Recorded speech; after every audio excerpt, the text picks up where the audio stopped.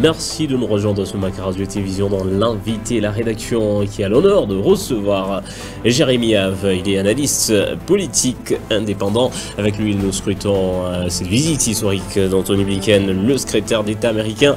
Bienvenue, Jérémy Have. Merci de l'invitation, Monsieur Billy. Merci de la thématique. Merci également pour les téléspectateurs qui sont connectés. Et voilà, avec vous, l'actualité à scruter, c'est celle de cette visite historique du secrétaire d'État américain Anthony Blinken qui est arrivé mardi 9 août dernier à RDC après Pretoria. C'était dans le cadre d'une tournée africaine, mais à quoi on peut s'attendre en termes des retombées positives après son passage en RDC et même au Rwanda? Oui, d'accord. Premièrement, merci beaucoup parce que diplomatiquement parlant, c'est déjà une certaine fierté pour la République démocratique du Congo, ce partenariat qui se renchérit entre les États-Unis et la RDC. Vous savez, c'est la première puissance économique, première puissance militaire mondiale. Cette visite est africaine, c'est une tournée africaine. Oui. Pourquoi? Parce que naturellement, il y a la Russie avec Vladimir Poutine qui, de manière astucieuse, est en train de vouloir enchérir la souveraineté des États d'Afrique. Ce qui ne profitera pas aux États-Unis, c'est qu'à mon sens, ce n'est pas seulement Anthony Blinken. Vous allez vous rendre compte que plusieurs hommes d'États occidentaux se tournent maintenant vers l'Afrique pour rebooster leur économie relativement à la situation liée précisément au réchauffement climatique. Et c'est l'Afrique qui est la réserve incommensurable qui pourrait faire en sorte que ces États occidentaux tiennent dans cette période-là. Cependant, si je dois épulcher foncièrement votre question, je pense qu'il y a une petite confusion, un petit chevauchement entre le secrétaire d'État américain Anthony Blinken et M. Antonio Guterres, qui est secrétaire général de l'ONU. Parce que, comment ça se passe? Il y a le peuple qui se lève dernièrement et qui pense que la MONUSCO n'avait rien à faire en RDC. Elle était passive, elle était dans une sorte de léthargie. Il fallait qu'elle fasse ses claques, malgré que cela venait contredire la résolution 2556 du Conseil de sécurité qui préparait le retrait progressif de la MONUSCO jusqu'en 2024, évidemment. Alors, qu'est-ce qui se passe? C'est que quand il y a du sang versé, 32 morts, 34, ça dépendait des maisons de presse qui étayaient la situation, Kinshasa lève le ton et met à la porte le représentant de la MONUSCO parce que... estimant que c'était ses propos qui étaient à la base de ces tensions. Évidemment. Alors, j'ai commencé à apprécier déjà la constance. C'est vrai, une certaine exagération quand on le met à la porte, mais quand même, c'est le gouvernement qui a décidé. Mais qu'est-ce qui se passe? Juste après que le peuple se lève, il y a les experts de la MONUSCO, de l'ONU, qui viennent affirmer que c'est le Rwanda qui est agresseur.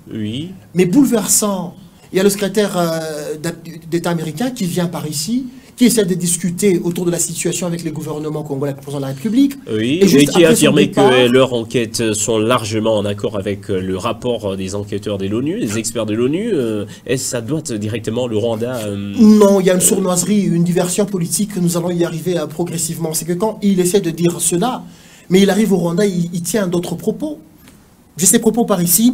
Les États-Unis ne vont pas, là je suis en train de paraphraser le secrétaire d'État américain, les États-Unis ne vont pas remettre en cause leur alliance avec le Rwanda à cause des droits de l'homme et des pôles, c'est une situation liée au Rwanda. Le Rwanda a intérêt à avoir des bonnes relations avec son puissant allié et vice-versa. Le Rwanda est quand même, j'aime cette partie qui va nous pousser dans la désillusion et on va arrêter de rêver et de compter sur sa visite. Le Rwanda est quand même utile au camp occidental, puisqu'il intervient beaucoup dans les missions des Nations Unies. Point. À ce titre, avec de tels propos, avec de telles phrases, est-ce que la RDC pourrait espérer quelque chose de la part du secrétaire d'État américain? À quoi s'attendre? C'est la question que l'opinion se pose en même temps. Non, évidemment, moi je pense que naturellement, je ne voudrais même pas que le secrétaire d'État américain écoute votre question, ou même mon intervention à propos. Ça serait un déshonneur pour nous de nous attendre à des retombées positives juste après sa visite par rapport à la situation orientale de la République. Ça prouverait que jusque-là, nous ne maîtrisons pas qui sont tireurs des ficelles. Nous savons au fond que cette guerre est économique. C'est une guerre très opacifiée par procuration. Je ne suis pas en train de doiter les États-Unis, mais parce que la communauté internationale, les États-Unis en fait partie, et c'est une guerre, honnêtement, qui est aussi tramée par la communauté internationale. C'est qu'à ce propos, nous n'allons pas compter sur la visite du secrétaire d'État américain, parce que quand il arrive au Rwanda, il tient d'autres propos. D'autres propos, mais ici il y a d'autres propos. Alors, auquel des propos s'est penché, parce qu'ici il a affirmé lors d'une interview accordée à un média des Kinshasa que leurs enquêtes, les enquêtes des États-Unis sont largement d'accord avec le rapport des experts de l'ONU pointant du doigt le Rwanda comme soutien des 1-23, auteur de cette agression. Est-ce par cette affirmation on peut comprendre que les États-Unis ont aussi pointé du doigt Rwanda comme auteur, et comme l'affirmaient les autorités congolaises et même l'enquête des experts de l'ONU? Pourquoi ne pas clairement le dire? Alors, on fait un détour disant que le rapport des experts de l'ONU serait en connivence avec le rapport ou avec la position des États-Unis. Et quand il arrive au Rwanda, je sens pourquoi est-ce que vous voulez rebondir à ce propos, mais ça justifie le fait qu'il y a une forte diversion politique. Le Rwanda est un allié de taille des États-Unis. C'est que pour dire, si le secrétaire d'État américain a réitéré le fait que ce rapport des experts de l'ONU serait aussi le miroitement de la position des États-Unis, oui, ce n'est qu'une diversion. Parce que si on doit parler de ce rapport en question, pourquoi est-ce que l'ONU, par les truchements de la MONUSCO, n'avait pas, avant que la population ne se lève, doigté également le Rwanda, comme la population a pris la décision de le faire? Il est vrai que le rapport Mapping, qui était la situation de 1998 à 2008, pointait du doigt 3 États, le Rwanda, l'Ouganda et le Burundi. Et dernièrement, parce que Kinshasa avait pointé également le Rwanda, est-ce qu'il fallait attendre les échauffourées? Est-ce qu'il fallait attendre des morts? Est-ce qu'il fallait attendre que le peuple manifeste son exaspération, son ras-le-bol, pour que ces experts puissent confirmer cela? Voilà des questions qu'on devrait se poser. Ça prouve d'ailleurs que ce rapport de l'ONU est à discréditer. Et ça encense le fait que l'ONU aurait des intérêts opaques, occultes, dans la partie orientale de la République. Ce qui justifie sa passivité, ce qui justifie sa torpeur, et à mon sens... la question maintenant que l'on se pose dans la recherche d'offrir ces bons offices, c'est si les États-Unis pouvaient réunir les dirigeants congolais et rwandais afin d'éviter les propos divergents des États-Unis. Oui, merci beaucoup. Ou contradictoire presque. Je vous en prie, vous reproposez la voie diplomatique proposée par Anthony Blinken, qui voudrait plus qu'on ne puisse pas verser dans d'une sorte de guerre, mais qu'on continue avec des bons offices, de la diplomatie, des échanges, pour faire table rase et puis trouver des bonnes issues. D'ailleurs, cette proposition avait été faite aussi par Kagame à Luanda. Il a dit que je ne préfère pas la guerre, mais je voudrais qu'on continue avec des échanges avec les RDC pour qu'on trouve une bonne issue. À qui profite cette médiation? À qui profite cette diplomatie rallongée? Cette passivité à la communauté internationale, c'est bien clair. Au Rwanda, c'est bien clair, parce qu'il fut premier producteur du coltan, dernièrement, de l'or aussi avec cette industrie aurifère sur des accords signés. Bien, c'est un autre paire de manches. Mais le Rwanda en est profiteur. C'est qu'à mon sens, penser que quand le secrétaire d'État américain viendra par ici, il va nous faciliter les choses entre le Rwanda et la RDC. Je ne suis pas contre les États-Unis, mais je pense que je suis africaniste. À mon sens, la décision prise au niveau de la communauté des États d'Afrique de l'Est pour créer une armée commune, exclut le Rwanda, serait plus salutaire que compter sur l'Occident, qui d'ailleurs, de manière sournoise, serait tireur des ficelles, pas serait, et tireur des ficelles. C'est que j'étais honoré par des décisions telles que l'état de siège. Une décision drastique qui prouve que les autorités congolaises prennent les choses en main. Je serais très d'accord. Par quoi passe le retour de la paix, encore le rétablissement de la paix dans l'Est, la République démocratique du Congo, ou tout simplement la désescalade des tensions entre la RDC et le Rwanda? D'accord, 2 possibilités. Je l'ai dit, 2013, avec l'intervention de Barack Obama dernièrement, qui avait fait en sorte, d'ailleurs, le Dr Mukwege avait fait allusion à cela, qu'il fallait que les États-Unis puissent essayer de s'ingérer dans la situation. C'était à l'époque. Maintenant, actuellement, les intérêts sont presque croisés. Pourquoi? Parce que naturellement, quand le chef de l'État Kabila partait, il a coupé le pont entre la République démocratique du Congo et les États-Unis.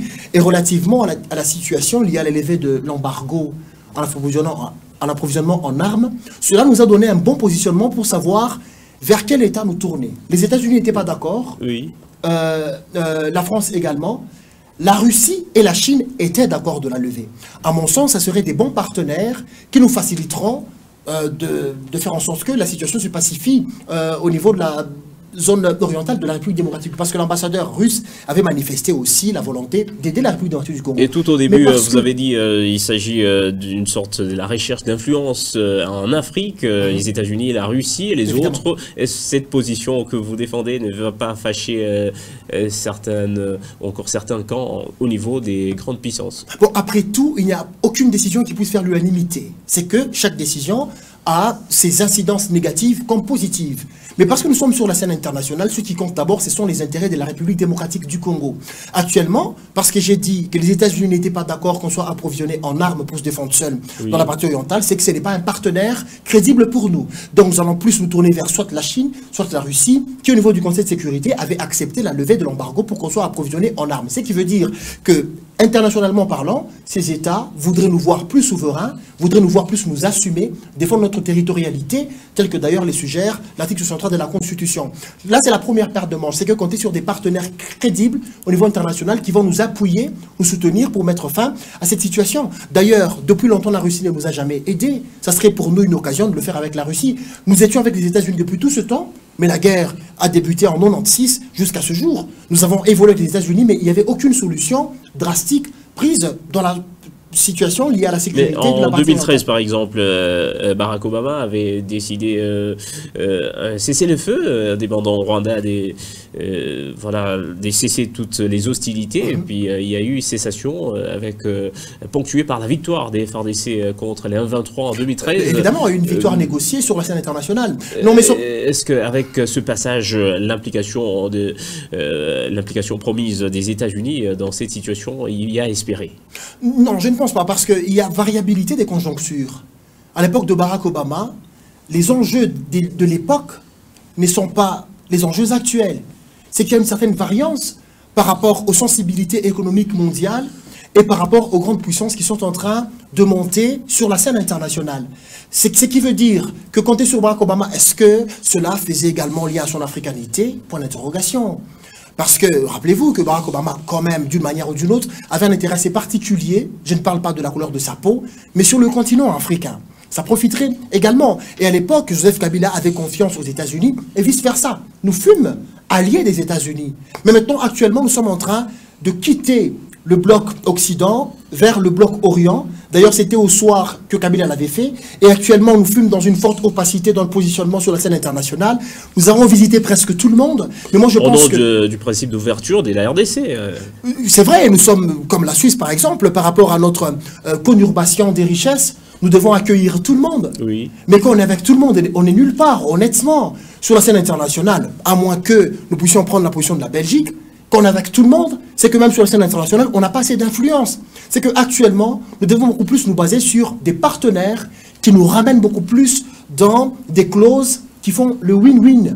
50-50, le gagnant-gagnant. Raison pour laquelle d'ailleurs le code minier avait été révisé, c'est une autre paire de manches. C'est qu'à mon sens, nous avons besoin des partenaires qui nous respectent sur la scène internationale et qui veulent nous voir nous assumer, tel est le cas de la Chine et de la Russie. C'est qu'à mon sens, le chef de l'État doit choisir entre ces deux États, lequel pourrait nous accompagner. Cependant, ce n'est qu'une solution nette, parce qu'on ne peut pas résoudre nos propres problèmes en comptant sur les voisins sur la scène internationale. On n'y va pas en quémandeur. Il faut qu'on puisse y aller en donneur également. Mais parce que nous sommes en faiblesse, actuellement, c'est qu'en comptant sur la Russie, ça nous aide à nous reformer au niveau national parce que nous sommes tellement fragmentés pour que nous puissions compter sur l'article 84 et l'article 63 de la Constitution. Les mieux serait quoi?